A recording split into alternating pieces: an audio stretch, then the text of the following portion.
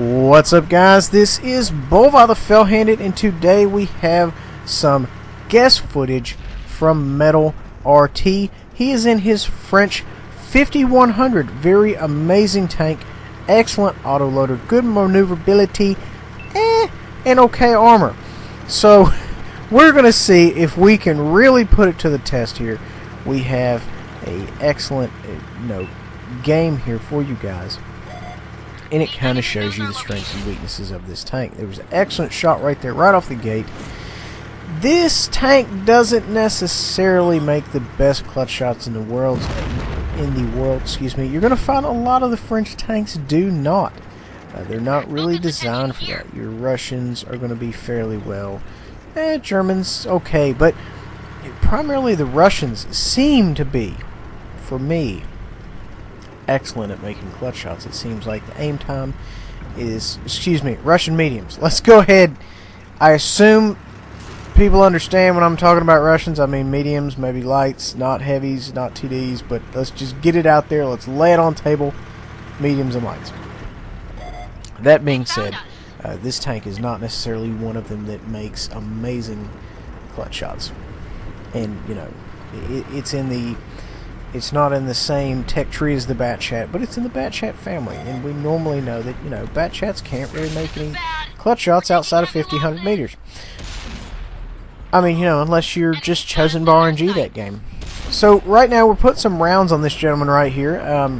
That was just kind of like a peek-a-bone. We just peeked around the corner, we put some rounds in him, and now we're kind of backing off here. We've got a little bit of a situation developing. We have someone putting a little bit of heat on us there to the left, as well as a few different targets there to our 12 and 3 o'clock. So there's definitely some issues going on directly ahead of us. So we're essentially just backing up, making sure we get the clip loaded, and then once that happens, we can come back up into the area here and start laying down some rounds here, making our presence known. So we have to.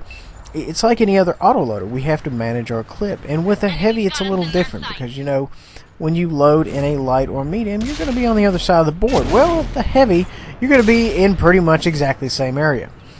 That being said, that worked out for us because the gentleman came across, we put a few rounds in him, and he immediately died. We put a round in this gentleman trying to peek around the corner, and it looks like we got some good spotting damage, assist damage from that as well. Bounced around, made a snapshot there at that gentleman, removed him as well. We are just on our way to Top Gun, hands down. Now we're on another reload, and we emptied that clip within moments of it being back up. So that is just bottom line, good tanking right there. I mean, it's slick gun work, and that's what you want to do. You want to have a plan for as soon as your gun comes up, be it autoloader, lengthy reload, what have you. You want to have a plan to where you can empty that thing immediately, and that's exactly what we're seeing right here. This would, be something you would try to emulate out on the battlefield. It's difficult sometimes on the field to do certain things, and that's just because, the game itself is just entirely situational. It's easy to learn, it's difficult to master. And, you just need to make sure you have your tank in the right area at the right time. So moving on back to the game here, we're loaded, we're putting some hatred here downrange, we're putting some rounds left, right, and center. Managed to clip somebody out there. Fantastic news. And it's 2v1. We've got one gentleman left, a British tank destroyer here. We're essentially hunting. Now we have to be careful. We're not necessarily a one-shot, but those things fire so fast. If they track us, we may be in trouble. If we pull out too far and they track us, we're going to be in a little trouble. So we need to be very wary of that. And there's not a super long time left on the clock, and it is encounter. So keep that in mind. He could be heading for the cap right now. We don't know. We don't necessarily have eyes on him, and I don't know about you, but I wasn't privy to where he was right before the game. It kind of got a little heated. So now he's on the map. He's in the city there at H1. Very smart because you get yourself in the edge of a map. Well, nobody can sneak up on you. They can now only sneak up on you on 3 sides, which is a good thing. So, you know, the bad guy here, the red, is playing smart.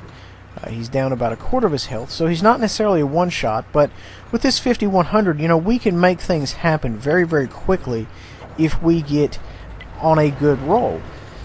You know, the downside is, yeah, it's going to take a second to aim in. The French are not known for quick aiming tanks, and it's going to have to connect with the commander's hatch. So we can do it. The downside is, you know, what's the probability it's going to happen in that, you know, that order, that quickly? So what we're doing right here, guys, is we're moving in and we're going to run a flank. That's, you know, that's textbook medium things right there. But then again, you know, this tank, you know, would also be known as a pocket medium.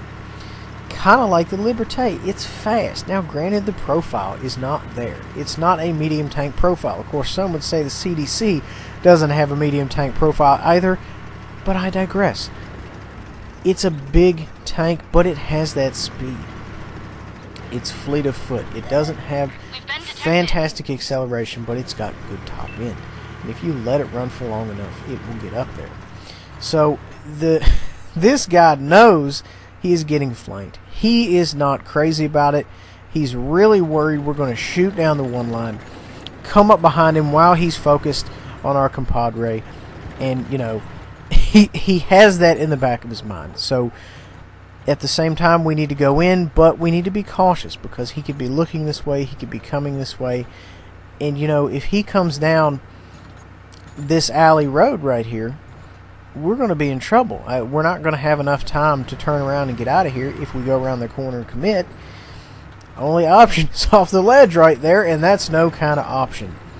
The only, you know, real method we would have is to kind of hit him with a circle jerk, but then that'd be difficult in these tight quarters. So we have to kind of play it close to the vest. We can't rush in.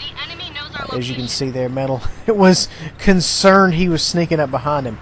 We have eyes on him right now, though. He is in no position of fire, so we have found some of the...